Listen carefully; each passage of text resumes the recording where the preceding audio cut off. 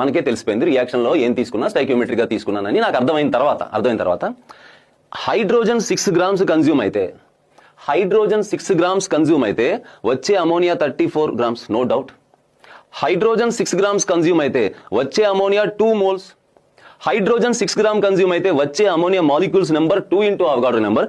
అదే hydrogen 6 grams consume అయితే వచ్చే అమోనియా యొక్క వాల్యూమ్ ఎస్టీపీ కండిషన్స్ లో 2 ఇంటూ 22.4 లీటర్ ఉంటుంది. దానికి అర్థం అదే కదా, అవునా కదా? ఇప్పుడు ఇలా క్వశ్చన్ అడుగుతాను. ఒక రియాక్షన్ లో ఇదే హ్యాబర్స్ ప్రాసెస్, ఊరికే క్వశ్చన్ ఓరల్ గా చెప్తున్నాను, వినండి శ్రద్ధగా వినండి. ఒక హ్యాబర్స్ ప్రాసెస్ లో హైడ్రోజన్ 1.5 గ్రామ్ కన్జ్యూమ్ అయిందంట.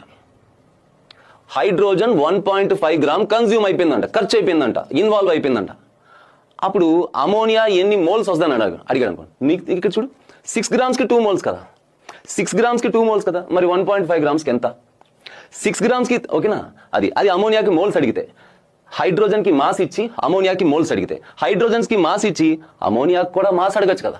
అప్పుడు ఏంటి, 6 గ్రామ్స్ కి 34 గ్రామ్స్ అయితే 1.5 గ్రామ్ కి ఎంత?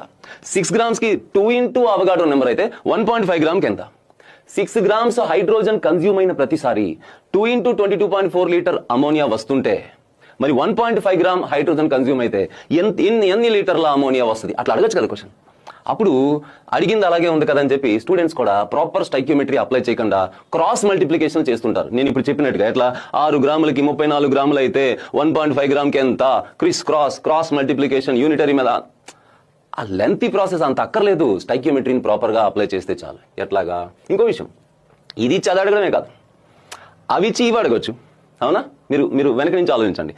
34 గ్రామ్స్ అమోనియా ప్రొడ్యూస్ అయిందంటే అక్కడ ఖచ్చితంగా 6 గ్రామ్ హైడ్రోజన్, అంతేనా?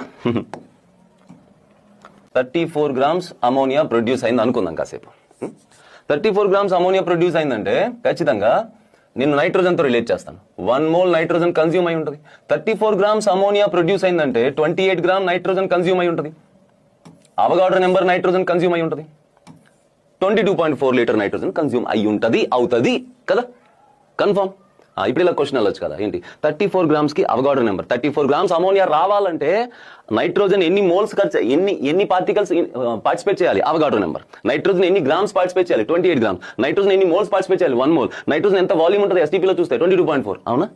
మరి 34 గ్రామ్స్ కి అవగాడ్రో నెంబర్ అయితే 1 గ్రామ్ కి ఎంత? 1 గ్రామ్ అమోనియా వచ్చిందంటే నైట్రోజన్ ఎంత పార్టిసిపేట్ చేసి ఉంటుంది అడగచ్చు కదా. సో నేను చెప్పే విధానాన్ని బట్టి మీరు క్రాస్ మల్టిప్లికేషన్ చేస్తూ సిల్లీ మిస్టేక్ చేసే ఛాన్స్ ఉంటుంది. అసలు సిల్లీ మిస్టేక్ చేసే అవకాశం లేకుండా ఒక ప్రాపర్ వేలో, ఓకేనా? ఎలా చేయాలి? స్టైకియోమెట్రీ చెప్పినట్టుగా చేయాలి.